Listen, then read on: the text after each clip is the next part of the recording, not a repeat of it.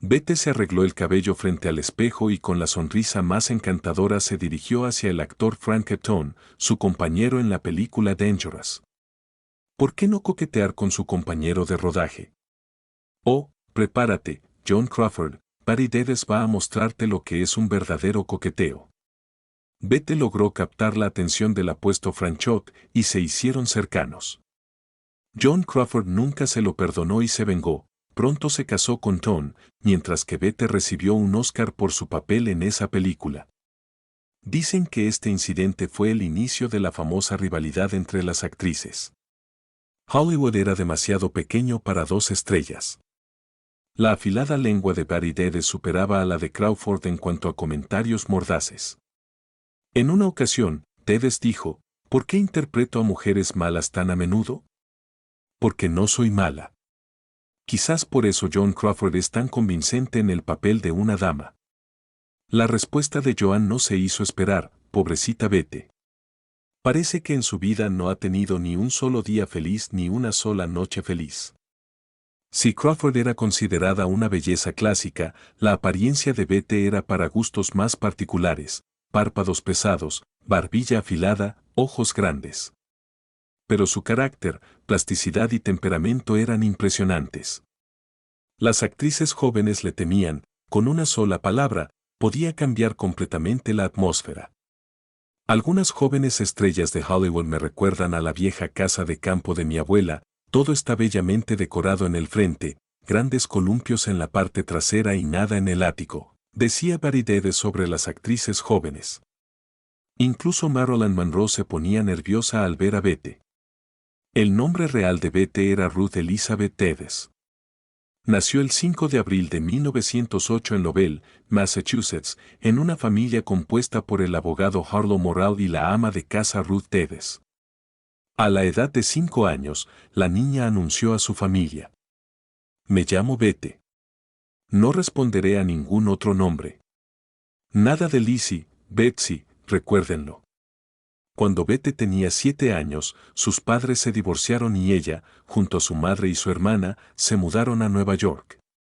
Durante las vacaciones de verano, las hermanas Davis trabajaban como camareras y vendían boletos de cine. A los 12 años, Bette fue al teatro por primera vez y comenzó a soñar con el escenario. Eva Le Gallen, propietaria de una famosa escuela de teatro en Nueva York, aceptó ver a la niña. Después de algunos ejercicios, Eva sacudió la cabeza con desaprobación y le dijo a Ruth Davis: «Señora Davis, debo decirle que su hija nunca será actriz. Le aconsejo que aprenda una profesión útil, como mecanografía». Bette casi se echó a llorar, pero su madre la sacudió. «Debes luchar y no derrumbarte». Afortunadamente, John Anderson aceptó ver a la joven Miss Davis y la admitió en su escuela de teatro. Había algo especial en esa delgada muchacha con ojos grandes que hizo que el señor Anderson creyera en ella. Con un solo gesto, Bette podía expresar sus emociones. La recién graduada de la escuela de Anderson tenía un pequeño papel en la obra Broadway del director George Cukor, pero poco a poco aprendió los monólogos de la protagonista. Un día, la actriz principal se sintió mal y Bette la reemplazó exitosamente. Después del espectáculo, el director invitó a la señorita Davis a celebrar el éxito en un restaurante, pero ella se negó. Una semana después, Bette fue despedida del teatro y se fue a conquistar Hollywood. No se desanimó, como si supiera que llegaría el día en que ella misma decidiría dónde y con quién actuar. El productor Samuel Goldwyn vio una foto de Bette Davis y se rió. ¿Pagarían los espectadores por ver en la pantalla a esta chica con ojeras y un traje mal ajustado? Difícilmente. Qué equivocado estaba. Unos años después, se retractaría de sus palabras y se disculparía con Bette. Universal Studios hizo varias películas con Bette Davis, pero no tuvieron éxito. Además, el jefe de producción, Carl Laemmle Jr., comentó de manera despectiva que Bette tenía aproximadamente el mismo atractivo sexual que Slim Somerville, un actor cómico conocido por su apariencia poco atractiva. Sin embargo, Bette Davis luchó desesperadamente por su lugar bajo el sol y persistió en su búsqueda del amor. A los 24 años, se casó con su compañero de escuela Harman Oscar Nausen, un músico de jazz.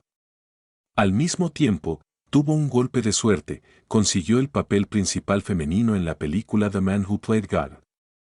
La compañía Warner Brothers firmó un contrato con ella y le ofreció un salario 10 veces superior al de su joven esposo, quien tocaba jazz en clubes. Dicen que cuando Bette recibió su primer premio de la Academia y llamó a la estatuilla Oscar, lo hizo para molestar a su esposo, diciendo: «La parte trasera de la estatuilla me recuerda a ti, querido». Unos años después, el matrimonio de Bette y Nausen se deshizo. Su esposo no pudo soportar el éxito de su esposa y su infidelidad, ya que Bette tuvo un romance con Howard Hughes.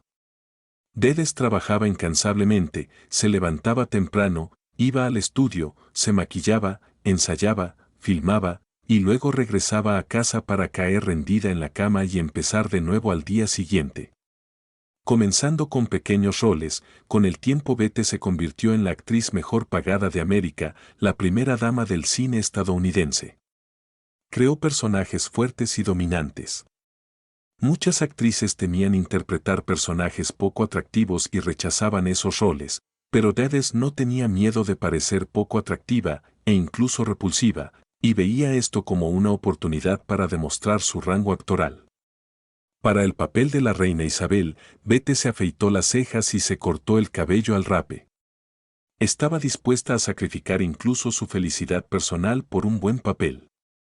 Pero, con el paso del tiempo, la felicidad seguía siendo esquiva. Después de interpretar a la bella sureña Julie Marsden en la película Jezabel, surgieron rumores de que obtendría el papel de Scarlett en Lo que el viento se llevó, pero prefirieron a la desconocida Dedian Lee. En 1940, Bette tuvo un romance con el actor George Brent, su compañero en la película The Great Law.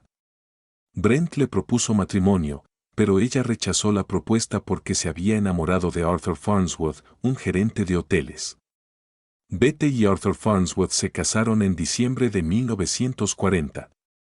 El segundo matrimonio de la actriz inicialmente parecía ideal, pero Arthur resultó ser alcohólico.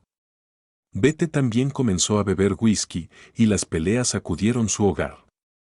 El segundo matrimonio de Bette terminó abruptamente. Su esposo, después de beber en exceso, cayó en su casa y, 2 semanas después, se desmayó en una acera de la ciudad en presencia de Bette. Los médicos diagnosticaron una hemorragia cerebral traumática. Falleció 2 días después, sin recuperar la conciencia. A Bette le costó mucho esfuerzo y dinero salir de esta situación limpia. Muchos la sospechaban de estar involucrada en la muerte de su esposo. El jefe de Warner Brothers, Jack Warner, usó su influencia para resolver rápidamente la investigación. 2 años después, en 1945, Dedes se casó con el artista William Grant Sherry. En este matrimonio nació la única hija de Bette, Barbara. Dedes se convirtió en madre por primera vez a los 39 años y consideró retirarse de su carrera. En ese momento, en Hollywood, Darryl Zanuck leía un excelente guión de All About Eve y decidió que solo Bette Dedes podía interpretar a Margot Channing, una primadona ingeniosa, inteligente y brillante que se convierte en víctima de intrigas. Pero, ¿cómo ofrecerle este papel a una actriz rebelde, a quien llamaban la primera bruja de Hollywood? Arruinaría todo, exigiría reescribir el guión y crearía problemas para todos. Para su sorpresa, Dedes leyó el guión, lo llamó el mejor de su vida y aceptó el papel. Darryl Zanuck y el director Joe Mankiewicz se preparaban para lo peor, pero ocurrió un milagro. La actriz, que había intimidado a la mitad de Hollywood, parecía transformada. En el set de filmación, Bette era un ejemplo de concentración y serenidad. La razón era simple: Bette estaba enamorada de su compañero, el actor novato Gary Merrill, y sentía por él algo que nunca antes había experimentado.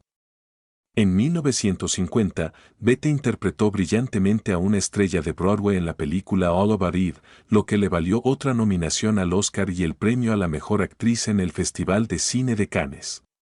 Mientras tanto, Bette se divorció de William Sherry y se casó con Gary Merrill, quien era 7 años menor que ella. El divorcio de Dedes con Cerry fue difícil, ya que se descubrió que él tenía un romance con la joven niñera de su hija. Después de la boda con Gary, Bette soñaba con tener una gran familia, pero no pudo quedar embarazada de nuevo. Gary adoptó a Barbara y la trató como a su propia hija. En enero de 1951, Dedes y Merrill adoptaron a una recién nacida a la que llamaron Margot. En 1952, adoptaron a un niño llamado Mago. La familia se mudó a una gran casa en Malibú. Bette controlaba cada paso de sus hijos y los rodeaba de tanta atención que esto se volvía agobiante. A su hija Margot se le diagnosticó una grave enfermedad congénita del cerebro, y a los 3 años fue internada en una institución especializada. El carácter de Bette empeoraba con los años. Se volvía celosa de Gary con sus colegas y hacía su vida difícil. Gary Marrow pensaba cada vez más que se había enamorado de una Bette Dedes completamente diferente, una estrella de cine brillante y excéntrica, no de esta mujer envejecida, desarreglada y ocupada con las tareas del hogar. Un día le dijo: «Eres la gran actriz Bette Dedes». «Yo pensaba que solo era la señora Merrill», respondió ella. El amor se fue apagando gradualmente, y después de 10 años ya no quedaba nada de él. En 1960 se divorciaron. Dedes comentó con tristeza: «Gary rompió mi corazón. Mató mi sueño. Esa mujer ya no existe». A Bette le esperaban aún 20 años de vida llenos de desafíos, la muerte de su madre, la traición de su hija Barbara, la enfermedad y la soledad. Cuando en 1977 Joan Crawford falleció, Bette Dedes comentó: «Se supone que solo se debe hablar bien de los muertos». ¿Joan Crawford murió? Bueno, eso está bien. Sobrevivió a su rival por 12 años. Después de su muerte, Bette Dedes dejó una fortuna valorada entre $600,000 y $1 millón. La mitad de esta suma fue para su hijo adoptivo Michael Marrow, y la otra mitad para su secretaria y compañera Catherine Sarmac. Su hija Barbara no recibió nada debido al libro que escribió sobre la vida con su madre, lo que ofendió mucho a la actriz. Barbara describió sus disputas y conflictos sin dudar en contar los intentos de su madre por retener a Gary Marrow. Durante toda su vida, Bette Dedes apoyó económicamente a su madre, a sus 3 hijos y a sus 4 esposos. Murió a los 81 años el 6 de octubre de 1989.